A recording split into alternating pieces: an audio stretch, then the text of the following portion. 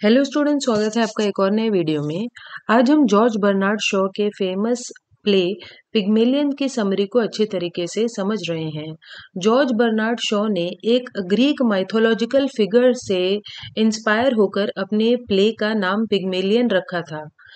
तो ग्रीस में एक कहानी बहुत प्रचलित है, बहुत ही फेमस है, जहाँ पर एक पिग्मेलियन नाम का व्यक्ति था, स्कल्प्टर था जो मूर्तियाँ बनाया करता था और उसने एक मूर्ति बनाई थी एक औरत की और उसे अपनी ही बनाई हुई उस मूर्ति से प्यार हो जाता है और उसके बाद वो एक ग्रीक गॉडेस एफ्रोडाइट यानी जो ग्रीस में एक देवी हैं, उनकी वो पूजा करता है और उनसे प्रार्थना करता है कि प्लीज़ इस मूर्ति को ज़िंदा कर दो। तो इसकी वजह से एफ्रोडाइट उस मूर्ति को ज़िंदा कर देती हैं और पिग्मेलियन उससे शादी कर लेता है।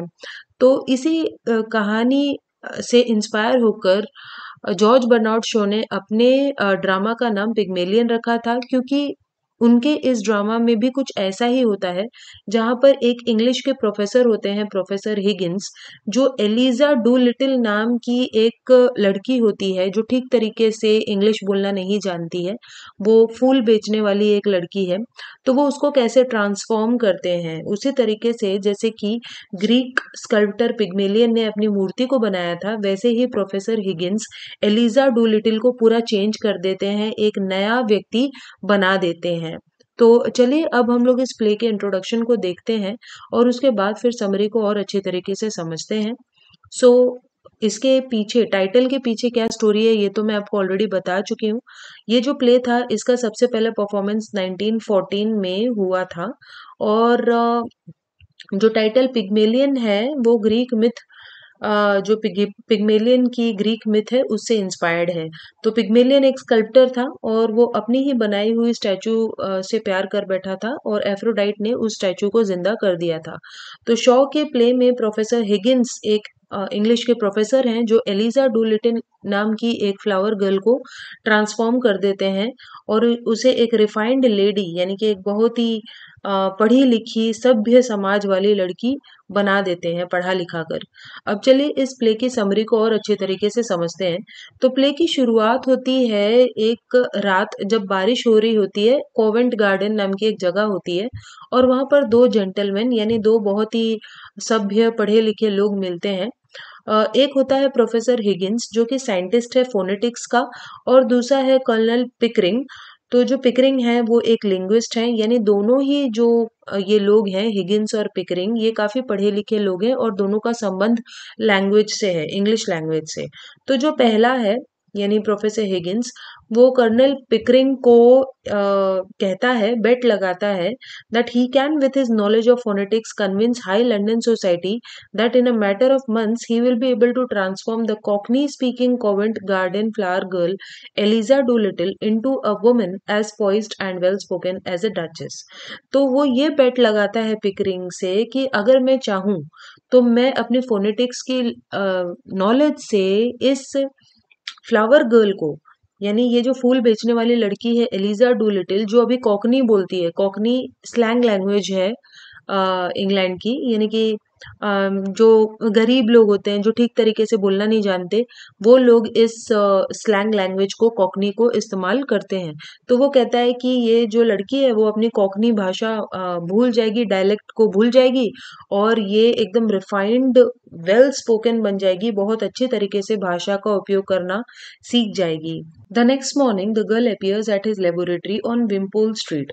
और इसीलिए अगली सुबह जो एलिजा है वो विम्पोल स्ट्रीट में, एक जगह का नाम है ये, जो हिगिंस की लेबोरेटरी है वो वहां पहुंच जाती है और कहती है कि ठीक है, मुझे तुम अच्छे से बोलना सिखाओ, स्पीच लेसन्स दो मुझे, और इसके लिए चाहिए तो मैं तुम्हें एक शिलिंग, एक शिलिंग करेंसी है, वो कहती है कि मैं थोड़े पैसे भी तुम्हें दूंगी अगर तुम मुझे ठीक तरीके से बोलना सिखाओगे, ताकि मैं अपनी फ्लावर शॉप में अच्छे तरीके से काम कर सकूं। तो जब वो इस तरह की बातें सुनता है हिगिंस, तो उसको बहुत हंसी आती है और उसका मजाक उड़ाता है कि इसको अपनी फ्लावर शॉप में काम करने के लिए ठीक तरीके से बोलना सीखना है और इसके लिए मुझे पैसे भी देने वाली है। लेकिन फिर वो बहुत ज्यादा ऐसा महसूस करता है कि मुझे उसको जरूर सिखाना ही चाहिए अच्छी तरीके से बोलना। He is सेड्यूस्ड by the idea of working his magic on her. तो उसके अंदर ये एक आइडिया आता है कि उसे अपना जादू उसके ऊपर ज़रूर चलाना चाहिए ताकि वो ठीक तरीके से बोल सके। पिकरिंग गोड्स हिम, तो जो पिकरिंग है कर्नल पिकरिंग, वो भी उसे गोड यानी कि कहता है हाँ, हाँ तुम इसे सिखाओ, चलो हम लोग ये एक्सपेरिमेंट करके देखते हैं। अ, और अगर तुम वाक़ई में एलिज़ा को एक एम्बेसडर गार्डन पार्टी यानी एक बहुत बड़ी पार्टी में एज़ अ डचेस की तरह पेश कर पाए, यानी अगर तुमने उसको इतना रिफ़ाइन कर दिया, इतने अच्छे से सिखा दिया कि लोग एलिज़ा को एक डचेस समझने लगे, अमीर औरत समझने लगे, पढ़ी-लिखी औरत समझने लगे, तो वाक़ई में तुम ये जो बेट है वो जीत जाओगे, ऐसा पिकरिंग हिगिंस को कहता है। और ये जो चैलेंज है इसको हिगिंस स्वीकार कर लेता है और अपनी हाउसकीपर अपनी नौकरानी को कहता है कि एलिज़ा को नहलाओ-धुलाओ और इसे अच्छे कपड़े दो। और उसके बाद फिर कुछ ही देर में एलिज़ा का पिता अल्फ्रेड डूलिटिल वहाँ पर आता है और कहता है कि तुमने मेरी बेटी को यहाँ पर क्यों बुलाया है? और उसका जो असल मकसद है वहाँ आने का वो है हिगिंस से पैसे वसूल करना। तो जो प्रोफ़ेसर हिगिंस है वो डूलिटिल की इस तरह की अनयूजुअल रेटोरिक यानी अजीब तरीके से वो जो बात कर रहा था, अपनी बेटी की तरह ही वो भी बात करता था। ये सब सुनकर जो प्रोफ़ेसर हिगिंस है उसे हँसी आ जाती है, उसे बहुत मज़ा आता है और वो डूलिटिल को 5 पाउंड्स पैसे दे भी देता है। और इस तरीके से जब जो डस्टमैन है यानी जब जो पिता और उसकी बेटी है डूलिटिल्स, जब वो बाहर जाने लगते हैं तो जो नौकर है वो पहचान ही नहीं पाता है एलिज़ा को, क्योंकि उसने नए कपड़े पहन लिए होते हैं तो वो पहचान में ही नहीं आ रही होती है। इसके बाद फिर काफ़ी महीने गुज़रने लगते हैं और हिगिंस जो है एलिज़ा को प्रॉपर ट्रेनिंग देने लगते हैं कि किस तरीके से ठीक तरीके से बात की जाती है। और 2 महीने ट्रायल्स के फिर 2 महीने बाद फिर वो लोग ट्राई करने जाते हैं। ये देखने जाते हैं कि समाज में अब एलिज़ा कैसे बात करती है और क्या लोग उसे पहचान पाते हैं कि वो बस एक मामूली-सी फ्लावर गर्ल है। तो उसका जो पहला ट्रायल है वो हिगिंस की माँ के घर पे होता है और वहाँ पर एलिज़ा की मुलाकात एन्सफोर्ड हिल्स, ये एक तरह का सरनेम है एन्सफोर्ड हिल। तो इन्सफोर्ड हिल्स की मुलाकात एलिज़ा से होती है और ये जो इन्सफोर्ड हिल ये जो एक परिवार है उसमें एक माँ, बेटी और बेटा है। तो जो बेटा है फ्रेडी अन्सफोर्ड हिल, वो अट्रैक्ट हो जाता है एलिज़ा की तरफ जब वो एलिज़ा से मिलता है और एलिज़ा की बातें सुनता है। लेकिन कुछ ही देर में एलिज़ा जो है वो फिर से अपने पुराने रिवाज में आ जाती है और पुराने तरीके से बात करना शुरू कर देती है। फिर से कॉकनी में वो बात करना शुरू कर देती है स्लैंग लैंग्वेज में।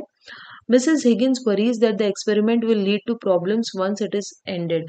तो जो मिसेस हिगिंस है यानी हिगिंस की माँ वो सोच में पड़ जाती है कि एक बार इनका ये एक्सपेरिमेंट खत्म हो जाएगा पिकरिंग और हिगिंस का, तो फिर इस एलिजा का पता नहीं क्या होगा। लेकिन हिगिंस और पिकरिंग उसकी बातों पर ध्यान नहीं देते। इसके बाद एक सेकंड ट्रायल होता है जहाँ पर एक बड़ी सी पार्टी हो रही होती है और वहाँ पर एलिज़ा को वो लोग ले जाते हैं और ये वहाँ पर कोई उसे पहचान नहीं पाता है, सबको लगता है ये तो बहुत पढ़ी-लिखी लड़की है। तो इस तरीके से जो उनका एक्सपेरिमेंट था वो धीरे-धीरे सफल हो रहा था और ये जो वैजर यानी कि जो बेट है वो हिगिंस जीत रहा था। लेकिन हिगिंस और पिकरिंग इस एक्सपेरिमेंट से अब बोर हो चुके थे। लेकिन जब एलिज़ा ये देखती है कि वो लोग बोर हो चुके हैं तो उसे बहुत हर्ट महसूस होता है और वो हिगिंस की चप्पलें उठाकर उसके मुँह पर फेंकती है गुस्से में, क्योंकि अब उसे पता नहीं था कि वो क्या करे, क्योंकि वो अब ना तो वो अपने पुराने बिज़नेस में जा सकती थी एक फूल वाली बन के और ना ही वो अब उतनी अमीर थी या उतनी पढ़ी-लिखी थी कि हाई सोसाइटी में उठ बैठ सके। तो वो समझ नहीं पाती कि वो क्या करे। तो हिगिंस उससे कहता है कि तुम किसी से शादी कर लो और तब एलिज़ा को बहुत गुस्सा आता है और एलिज़ा ने जो कुछ ज्वेलरी ली हुई थी हिगिंस से वो भी उसे वो लौटा देती है।